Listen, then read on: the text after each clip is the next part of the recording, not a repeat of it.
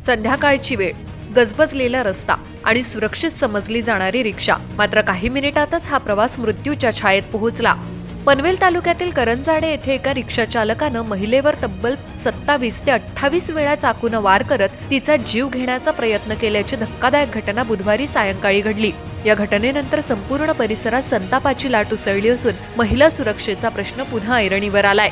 Karanjade sector R3 येथे रहिवासी संगीता भोईर या बुधवारी सायंकाळी पनवेल बाजारातून घरी परतत होत्या. त्या 3 आसनी रिक्षात बसून करंजाडेकडे निघाल्या होत्या. उरण नाका करंजाडे या मार्गावरील सेक्टर R4 येथील पावसाळी चॅनल पुलाजवळ रिक्षा चालकानं अचानक रिक्षा थांबवली. रिक्षा बंद पडलीये असं सांगत त्यानं भोईर यांना खाली उतरवलं. यानंतर आरोपीनं अचानक चाकू काढत त्यांच्या मानेवर सपासप वार केले. जीव वाचवण्यासाठी भोईर यांनी पळण्याचा प्रयत्न केला. मात्र आरोपीनं त्यांचा पाठलाग करत रस्त्याच्या कडेला त्यांच्यावर पुन्हा हल्ला चढवला. छाती आणि पायांवर सलग वार करत त्यानं अक्षरशः निर्घृण कृत्य केलं. रक्ताच्या थारोळ्यात महिला कोसळल्यानंतर आरोपीनं त्यांच्या गळ्यातील मंगळसूत्र, सोन्याची चेन, मोबाईल फोन आणि रोख रक्कम असलेली पर्स असा सुमारे 4.25 लाख रुपयांचा ऐवज लुटून अंधाराचा फायदा घेत पसार झाला. दरम्यान रस्त्याच्या कडेला गंभीर जखमी अवस्थेत पडलेल्या भोईर यांना स्थानिक नागरिकांनी पाहून तातडीनं पनवेल येथील लाईफलाईन रुग्णालयात दाखल केलं. सध्या त्यांच्यावर अतिदक्षता विभागात उपचार सुरू असून प्रकृती चिंताजनक असल्याची माहिती आहे. या प्रकरणी पनवेल शहर पोलीस ठाण्यात अज्ञात रिक्षा चालकाविरोधात गुन्हा दाखल करण्यात आलाय. आरोपी अद्याप फरार असून त्याचा शोध घेण्यासाठी पोलिसांकडून विशेष पथक नेमण्यात आल्याची माहिती सूत्रांनी दिली आहे.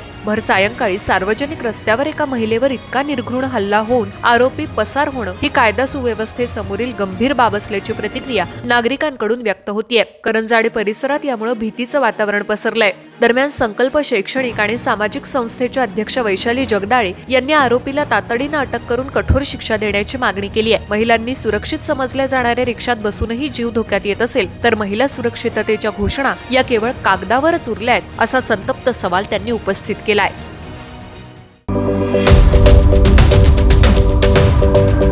यूट्यूबवर सुद्धा रायगड टाइम्स सर्च करा आणि पहा रायगडच्या कानाकोपऱ्यातील प्रत्येक बित्तम बातमी.